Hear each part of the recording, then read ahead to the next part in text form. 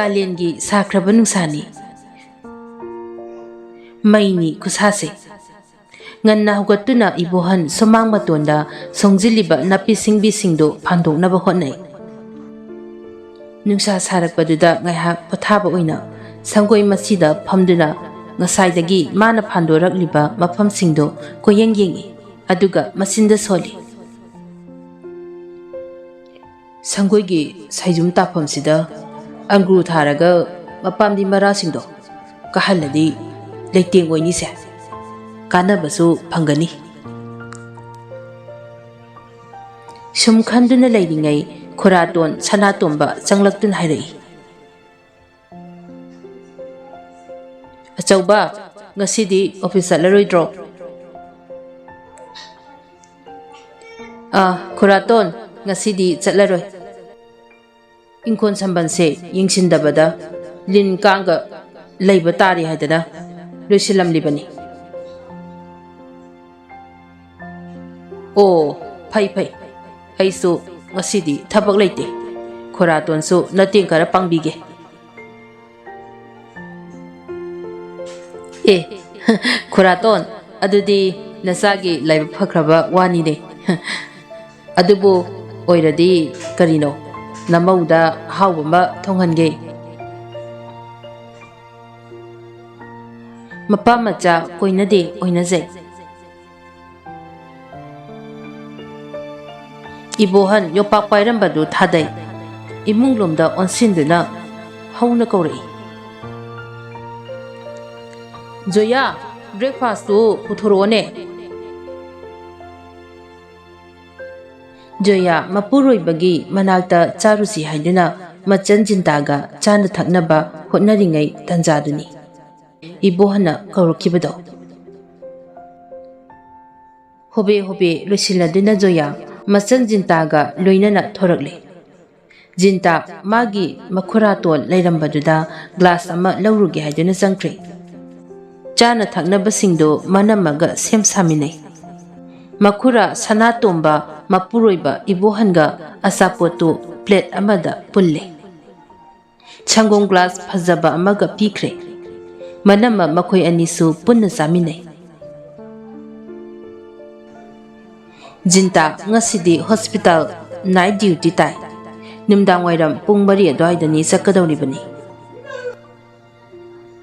Breakfast लोइरदुना इबोहन खुरातोन सनातोंबा थबक हौख्री सनातोंबा इबोहनगी मखुरा इतोन तोनबनी होटनब कनबा मिसकनी मचा मत युमदा थमदे outside थमदुना महै मसिंग तमहलिबनी मचा अमदी UPSC एग्जाम की सेम साहलिबनी मचा नुपा अहन चंखोनबदी इंजीनियरिंग तंबा लोसिलकदोरी जिंता नहनदेबाना हाइरकिबा वाहिसिंगदो निंगसिंगलगा साउनिंगबा अमदी पेंदबना थलमे मनमदा मथोय नुंगाइतना हाइरै इनमा आई ngasiदी छाकचाररै ngasiदी थबकसु खितंगना चलगे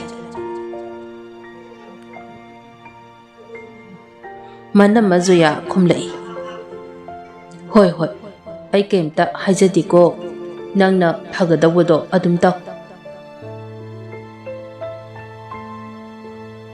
मनम मना हराव हराव हाइरकपदुदा जिंता ngaiहक लेरगा ड्रेस लोसिनबा होटनख्रे ड्रेस लोसिनना खल्ली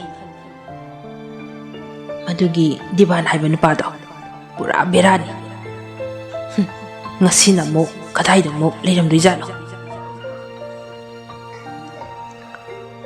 नहानगी वफमसे करिगुम्बा दादोनगा खंख्रदी मा आइगोंदगी नाथाइनबा होटनरपसि याइ अइना सोमदा नुंसिबसिदी खंबिदबिदा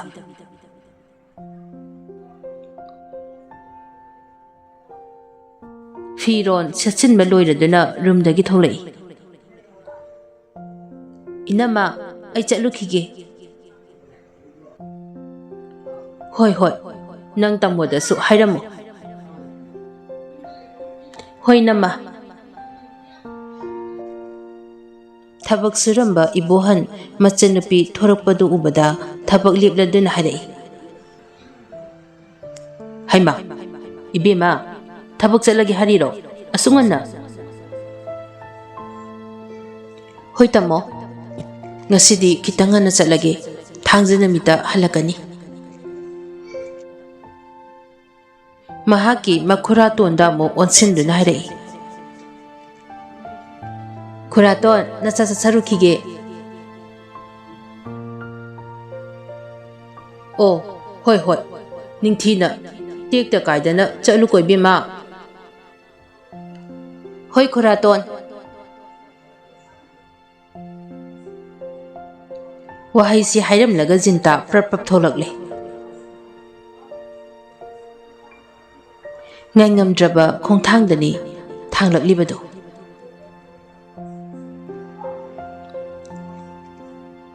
Karino khangde. Udau leiraba saktamse. Uningbada langtaknarisibo.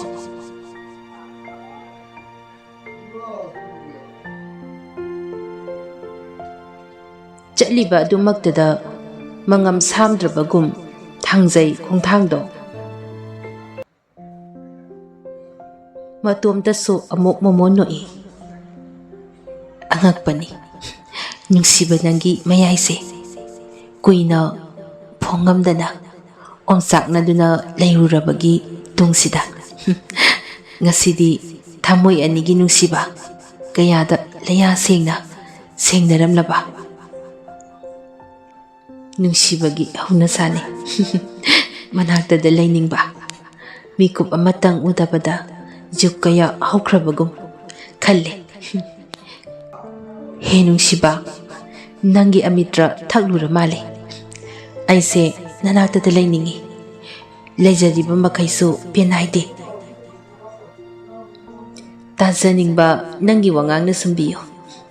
Mikup khuding aigi thamoibusu. Maduna oizagi nangbu nungsijarubagi mahai.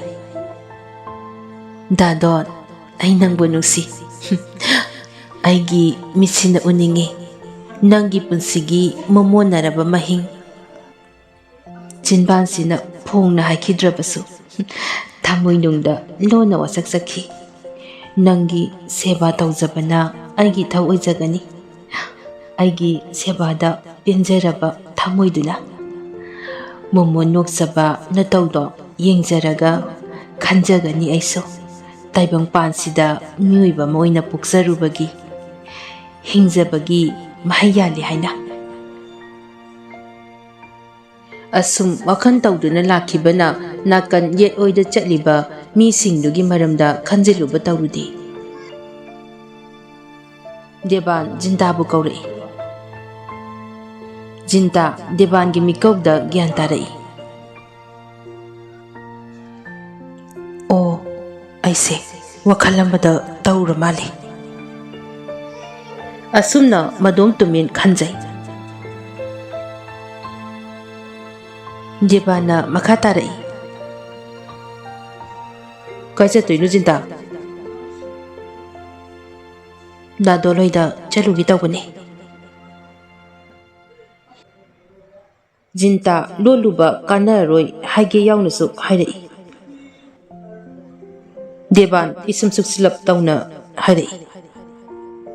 Kari thabak laibagi moidadi. Kuptharakpaduda jinta khoidauda khujinna sikpagum thokre. Nahandagi mashinu pase nishidabna loirabani.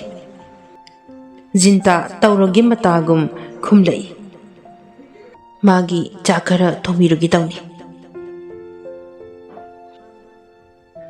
Deban mamaidu chinimu nganglai. Adubu ikaiba sauningba pumnamak losinlaga thawa isa sadana hairai. Moi mungi midi kedaurage. Phamda loina chatkani haibagi. Imana ngarang aibu dadongi chakara thongbinaba hairakpa. Aduginida. Handakti Deban asawa matauda hairai. Khajik lemna hingbasu tamba pai. Nangna nganglibasingdubu atabasingna nangi punsibu karini khankidoino. Yam ikai ningani. Jinta ita tadi. Deban ngahak tumin layuraga makha tarai. Punsibu mamalay ni hinganingi. Aigi oinadi. Jinta asawa pumba patharibani. Aigi punsi mamalay tidi kanana hariba. Da Deban wangang sangai base yam lubani. Ngangningi hainingi haidunasu pangangang base kananasu taningdabani.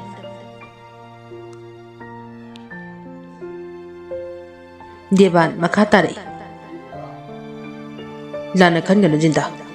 Nangbu nungsibagi phaningduna haijabani. Karisu thoknadaba lamlanba amaga toro khondana duna leibase. Samasina fazana ngangnadabani. Jinta wahaiduda tapok lay.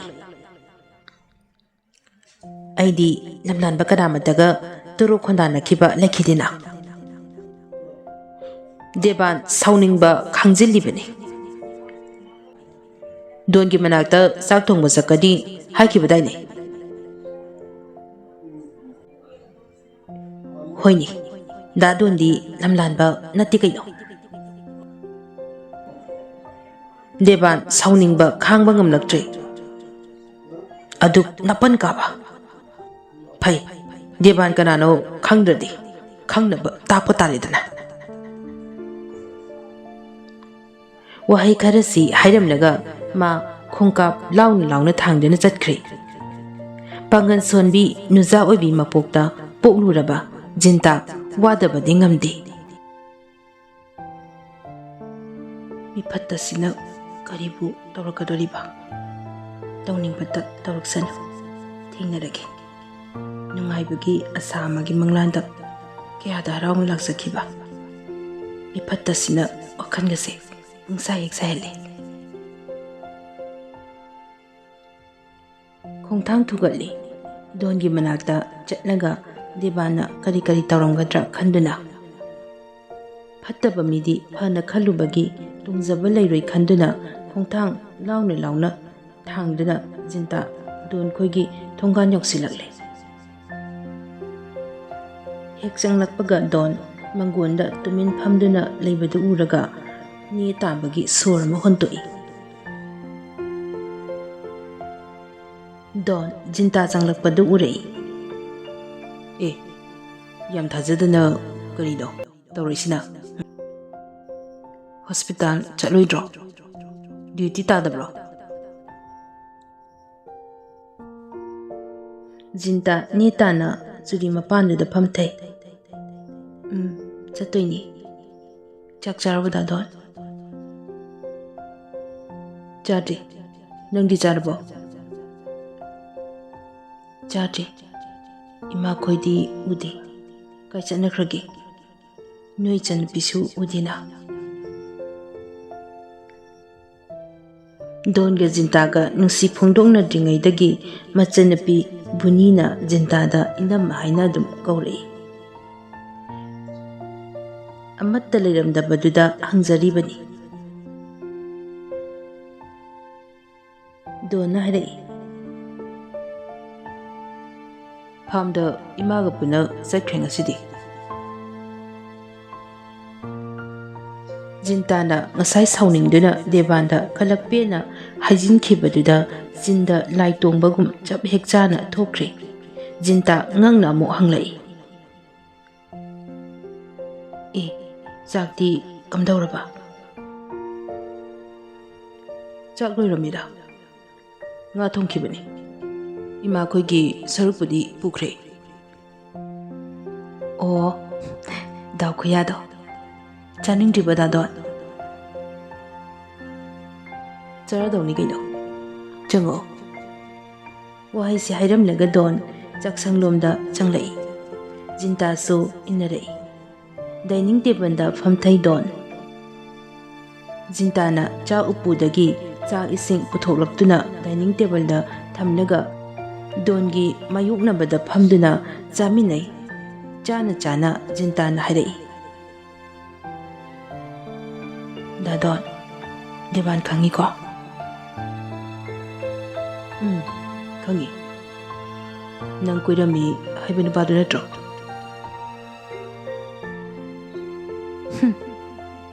Adumainaga hainuda. Dauga yaroi. Saurup tawba matawda paithoi. Aduga makha tarai. Madugi mido lambida jaga yam tawi. Ngasi ngarangse. Hujiksu tawriini. Sida lakpada. Jintagi wahaiduda Don mai haurai. Mathamoibu tapna themthaduna asawbu pumba losinkhri. O kari harai mana? Aide kanamataga yengnaba thamningde.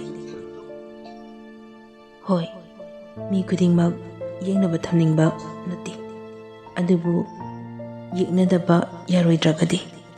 Thauna laina mayungnaba tai. Thauna laitaba nane. Aina yeknaba thamningde haribase Jinta. Dongi wahaiduna Jintagi thamoida chaina ama phawalai. Donbu munna yenglaga tapna hairei. Dadon, nangi pauktakna ai pansi phibamse yaurakibani. Nangna pibiba pansigi thauna ngasisu mangji. Yeknaba lisingna mangda leplarabasu ai kidi mayuknaba. Don lokphet tawi. Landaba mina kiba hunade. Achumba haiba waisidagi henba khulai ama leitabane. Punsigi lanpamda. Thauna hena lakpagum tawi. Jintagi thamoida. Mathamoida tumin khanjai. Adunidana. Nupa haiba sidi.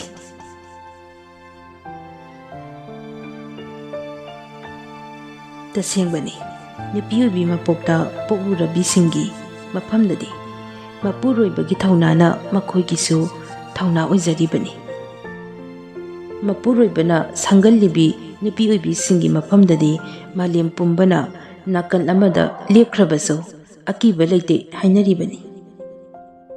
Chak chana sakhiba wariduna thongliba ngadugi mahauso khangdri habaduni. Dondi mabuk thali haiduna makut hamkhri.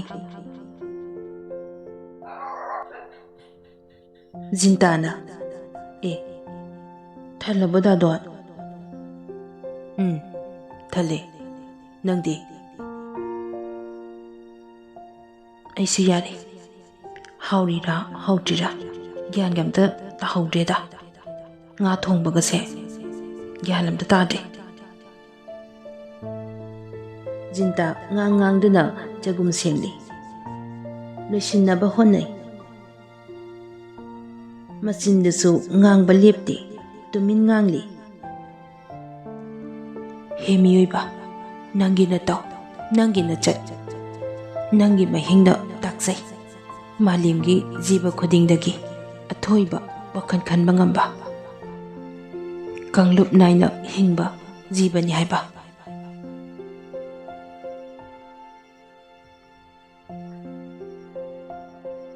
Mioibasingdagi marakta Debansu amani. Magi thamoidasu Jintabu nungsibagi chauraba mafam ama kalli ngasisu.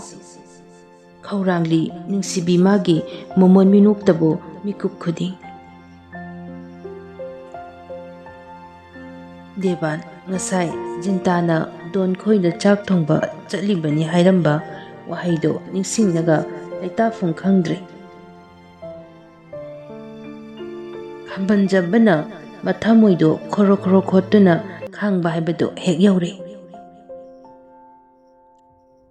Khallaroi khanbani yadi mamita sangsang ui.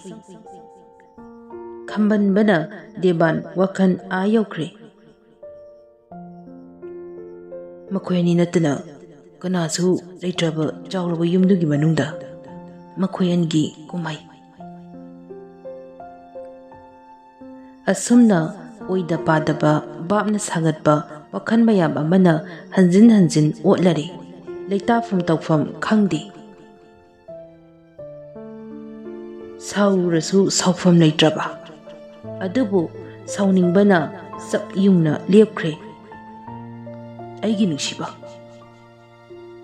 ꯀꯅꯥꯒꯤꯁꯨ ꯑꯣꯏꯈꯤꯕ ꯌꯥꯔꯣꯏ ꯁꯤꯡꯅꯔꯛꯄ ꯄꯨꯝꯕ ꯃꯥꯌꯣꯛꯅꯒꯅꯤ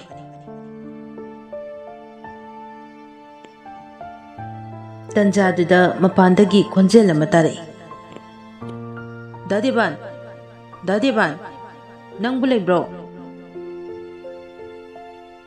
ꯀꯅꯥ ꯂꯩꯌꯦ ꯊꯣꯛꯂꯛꯄꯗ James ꯕꯣꯟ ꯑꯣꯏꯔꯝꯃꯤ ꯅꯪ ꯂꯥꯛꯄ ꯌꯥꯝ ꯐꯔꯦ ꯅꯌꯥꯝꯕꯁꯦ ꯃꯊꯥ ꯌꯥꯝ ꯁꯥꯔꯦ ꯗꯥ ꯗꯦꯕꯥꯟ ꯀꯔꯤꯒꯤ ꯑꯣꯏꯔꯕꯅꯣ ꯍꯥꯏꯕꯤꯌꯨ ꯉꯝꯒꯗꯕ ꯑꯣꯏꯔꯗꯤ ꯄꯥꯡꯖꯒꯦ ꯅꯅꯥꯎ ꯂꯩꯔꯤꯁꯤꯗꯤ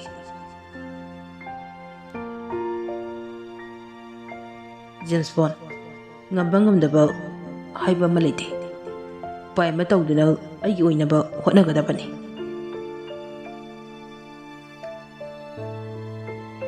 ꯑꯗꯨꯕꯨ ꯀꯌꯥꯝ ꯂꯨꯕ ꯊꯕꯛꯅꯣ ꯅꯅꯥꯎ ꯂꯩꯖꯔꯤꯅ